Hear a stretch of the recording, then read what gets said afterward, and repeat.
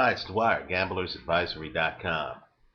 Here to try to tackle big fight between two unbeatens, Timothy Bradley and Devon Alexander.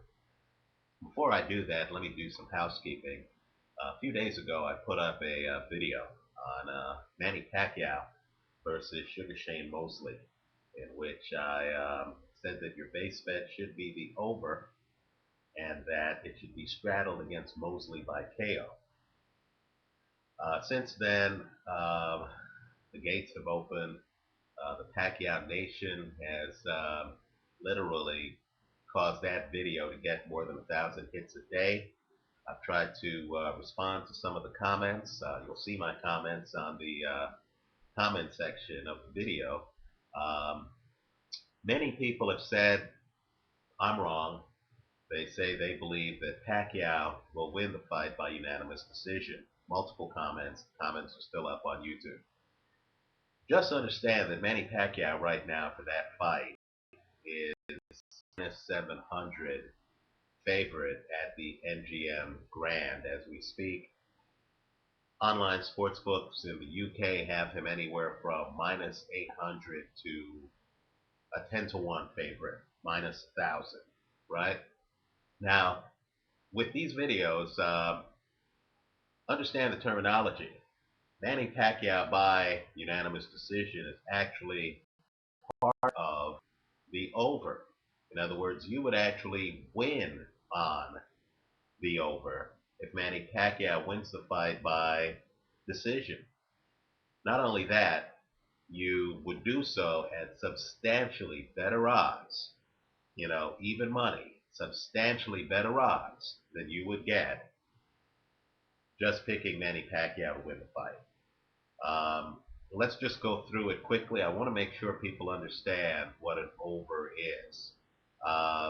Quickly, if I bet $100 on Manny Pacquiao or 100 pounds at 8 to 1, where he's the favorite, and that's just the bet I make, then understand that if Manny Pacquiao wins, I get 1/8 of that. I would get $12.50, right?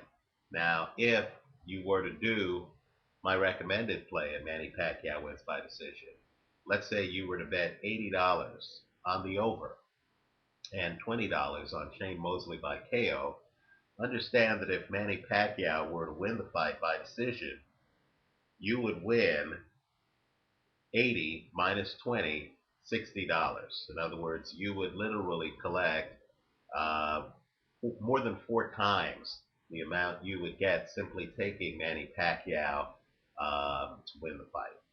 Not only that, if of course Shane Mosley wins by decision, if Shane Mosley wins by late knockout, you collect on the over. You don't collect just taking Manny Pacquiao straight up. And of course, if Mosley wins by early KO, understand you would more than double your money because Mosley right now by KO is 10 to 1. So you would get on an 80-20 straddle, you would get 20 times 10 minus the 80. You would get $120 for your initial $100 investment. So understand, I'm not here just trying to pick winners. I'm literally trying to maximize odds. But understand the risk. If Manny Pacquiao wins the fight by early KO, then understand you would lose it all. Of course, the point I'm making in the video is that Shane Mosley, he's 39 today. Shane Mosley has never been knocked out in his entire career. Not only that, all three of Manny Pacquiao's last 3 fights have gone over. So just understand that, again, I'm not here trying to just take winners. I'm actually here trying to maximize return, right? That's a little bit more difficult than simply taking a minus 700 or minus 800 favorite. Second thing I just wanted to talk about is people have emailed me. Apparently, Amazon's Kindle is wildly popular. Apparently, it's breaking sales records. And some Kindle owners have contacted me asking whether they can purchase my book for Kindle. Of course, you can. The book's available in Kindle edition on both Amazon's US site as well as Amazon's British site. Just punch in gamblersadvisory.com. It should take you right to the book. Finally, last thing I'm going to raise, some women have been contacting me with their boxing picks uh, on YouTube. I would encourage you to make your picks public. Come to my channel page and share your picks with the public. Understand that gambling has absolutely nothing to do with gender. Not only that, some of the best fighters in the world are women. I myself am trying to learn that part of the sport so I can start wagering on it. All right, let's talk about Bradley against Alexander as a gambler. Okay, and I'm going to split this out. As a gambler, I do not have a strong conviction on this fight. I believe that the casinos have fairly priced this fight. Bradley right now is a favorite, depending on the sports book. Go to oddscheckers.com. You'll see that Bradley has been installed at a 4-7 favorite, and I believe that's the right pricing. It's not enough to know the winner. You have to ask yourself if the risk reward is worth it, whether there's an advantage that can be derived by thinking about the method of victory and other factors. So I believe the fight's fairly priced with Bradley as favorite. I cannot make a betting recommendation on this. However, as a boxing fan, I like Bradley in the fight. I'm leaning toward him. Alexander, of course, has a puncher's chance of getting a knockout. If I were to bet on this, I'd probably take Bradley to win, straddled against Alexander by knockout. Just understand that I consider Bradley to be the better fighter. I think he's looser.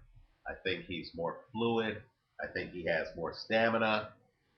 If you want to see Bradley, who can fight inside or outside, literally from the opening bell, come forward against a bigger knockout artist, take a look at the first round of Timothy Bradley against Kendall Holt. A fight, by the way, that Bradley gets knocked down twice in. Bradley, in fact, gets knocked down in the first round. But keep in mind, I'm not interested in who won the first round. I'm really just looking for fight styles. And what I like with Bradley is he's fearless. You know, he's advanced and he's fearless. I think the secret to Bradley is that even though he has some of the best foot speed in the sport, and even though he is one of the best athletes in the sport, I believe the secret to Bradley is he is a brutal body puncher with an inside game.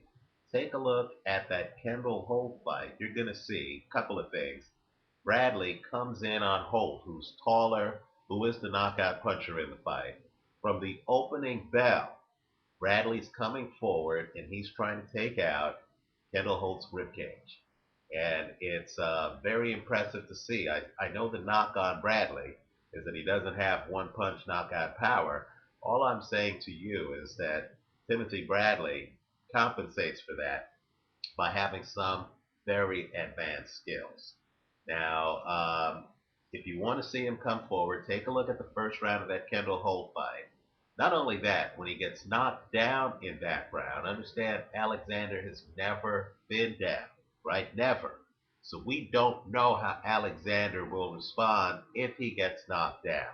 And understand too, Bradley, while we're hearing that he has no punch, take a look at how he drops Lamont Peterson in the third round of that fight, and then take a look at Peterson's legs when Peterson gets off the canvas. Now, my point is simply this. You have a lot of guys who look great standing up.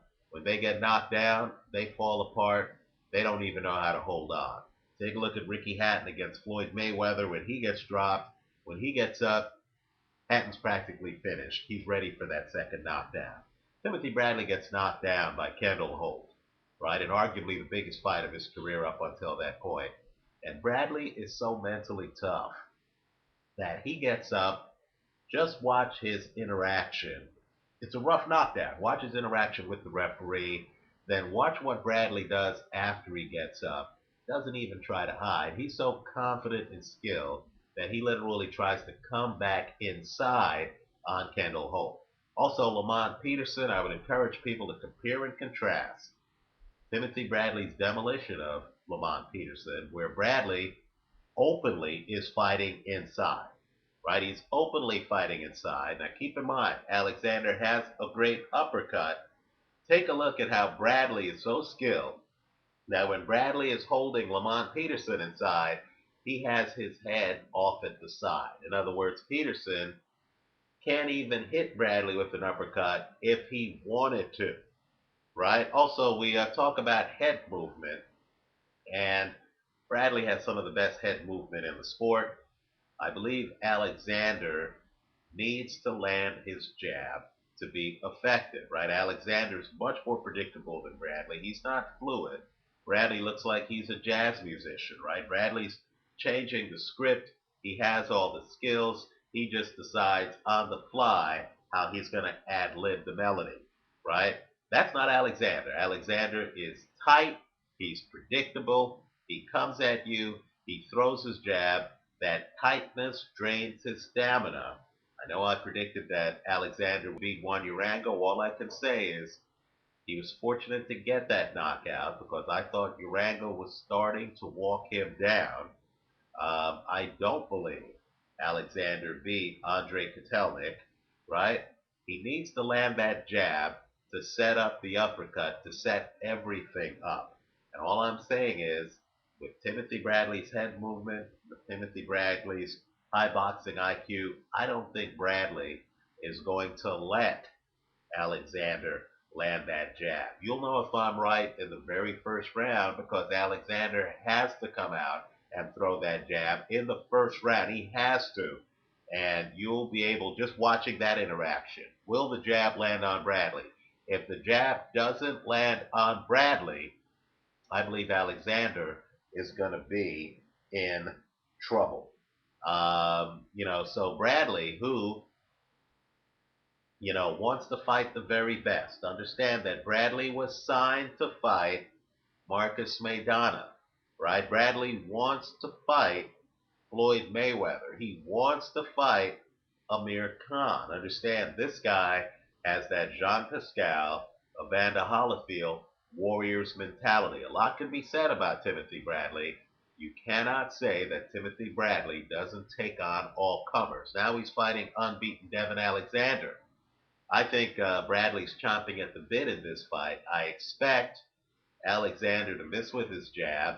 I think we're going to see a stunner. I think we're going to see Timothy Bradley come inside on Alexander, a guy with an uppercut. I think we're going to see him smother Alexander and take away Alexander's ribcage, just like he did Kendall Holt. Let me also point out, too, that Alexander's defense is very high risk. Understand, he throws punches.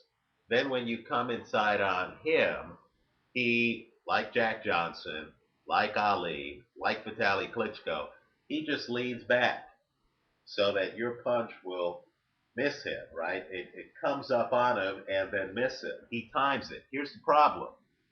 He's in with a grandmaster, right? Timothy Bradley, very highly skilled. I'm guessing that Bradley is going to stutter his punches to catch Devon Alexander cold, right? So I don't know how Bradley's going to do it because I'm not confident on the method of victory, whether it's by KO, and there's a chance it's by KO, whether it's by KO or by decision.